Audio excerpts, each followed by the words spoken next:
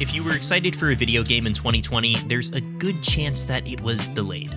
Due to obvious reasons, a lot of publishers and independent developers had to push back the anticipated release date of their games, leading to a not mad but disappointed community. So I think it came as a surprise to a lot of people when, in November, Omori was announced to release on Christmas Day. But what is Omori, and why would anybody care? Well, to answer that question, we'll have to really quickly go back to 2011 when an illustrator by the name of Omocat created a blog for a fictional character named Omori. In this blog, she would post little illustrations with some funny or mundane captions following the life of Omori, a recluse who would spend every day in this white room hanging out with his cat or browsing the internet.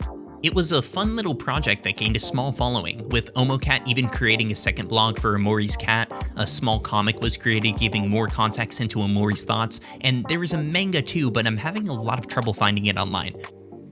But outside of all of that, Omocat had bigger aspirations for the character, and I mean way bigger. Omocat always envisioned Omori as a game, and with the help of some friends and you, the Omori video game can be brought to life.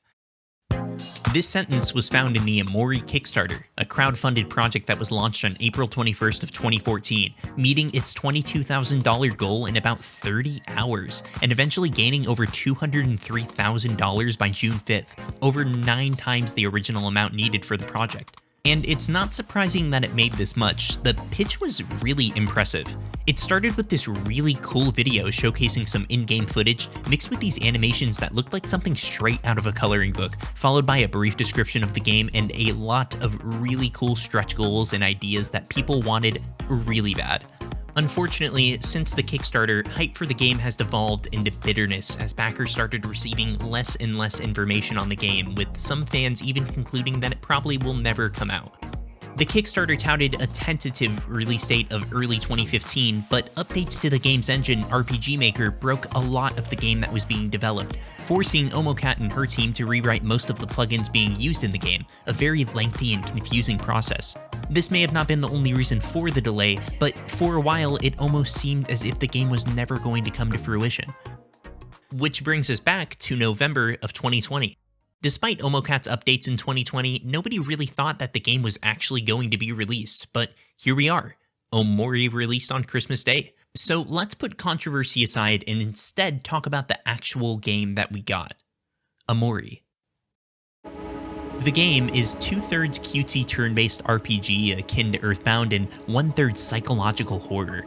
I've seen it compared to games like Undertale or Doki Doki Literature Club because of their stark shifts in tone, but I would say that Omori is a little different because it being a game with horror elements isn't exactly a surprise or twist, especially because it's kind of marketed as such. Omori switches from a cute RPG to a I'm going to be afraid to walk to the bathroom tonight RPG pretty frequently, and anticipating that shift in tone while you play is half of the fun.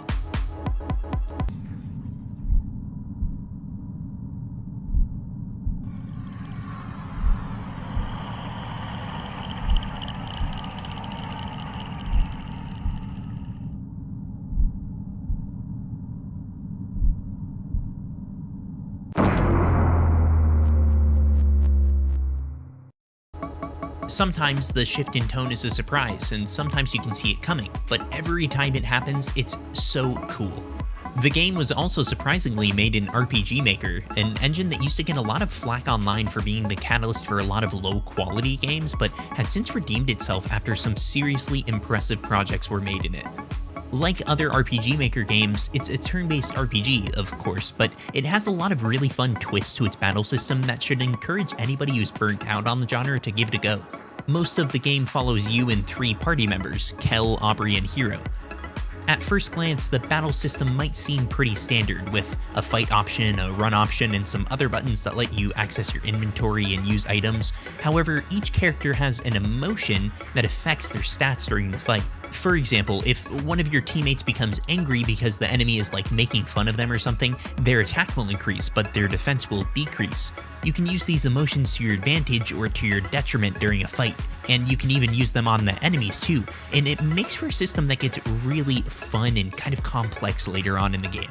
While your team is fighting, you also have a meter that fills up whenever somebody takes damage. You can spend the points in this meter to do either like a combo attack with one of your friends, you can encourage one of your friends which might affect their mood, or you can complete like an overwhelming group attack.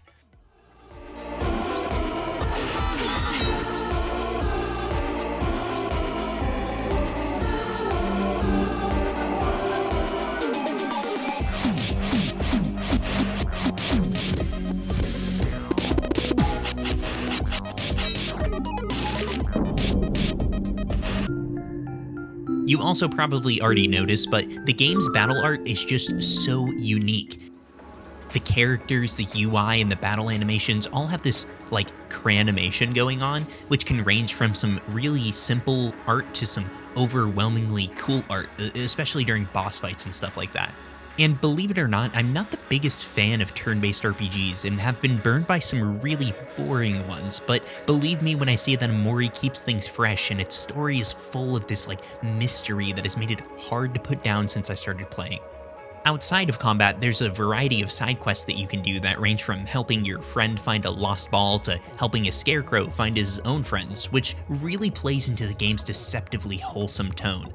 It also has some hand-drawn animations that play mostly during important story sections of the game, and a few mirrors throughout the game where you can see a non-pixelated version of you and your buddies. The game world is also surprisingly very open, with some areas that you can explore that you don't necessarily have to while following the main quest. Thankfully, the game won't let you go too far off track, usually by presenting you with some sort of obstacle that won't go away until you progress in the story, kind of like how you can't go past trees in Pokemon until you get the cut HM. There's also a ton of dungeons and battle areas for you to explore that are full of quirky NPCs to talk to, items that will help you in battle, and little secrets that make traveling off the beaten path a lot more rewarding. In so many ways, the dungeons in this game remind me a lot of Mario and Luigi Superstar Saga for the Game Boy Advance, but I haven't played that game in like 10 years, so I'm not too sure what that means.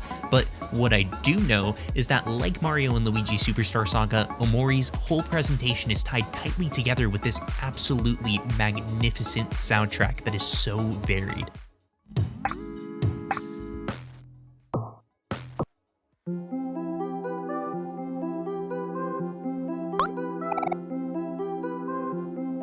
I swear, it's like a new song plays whenever you go to a new screen in this game, and look at this.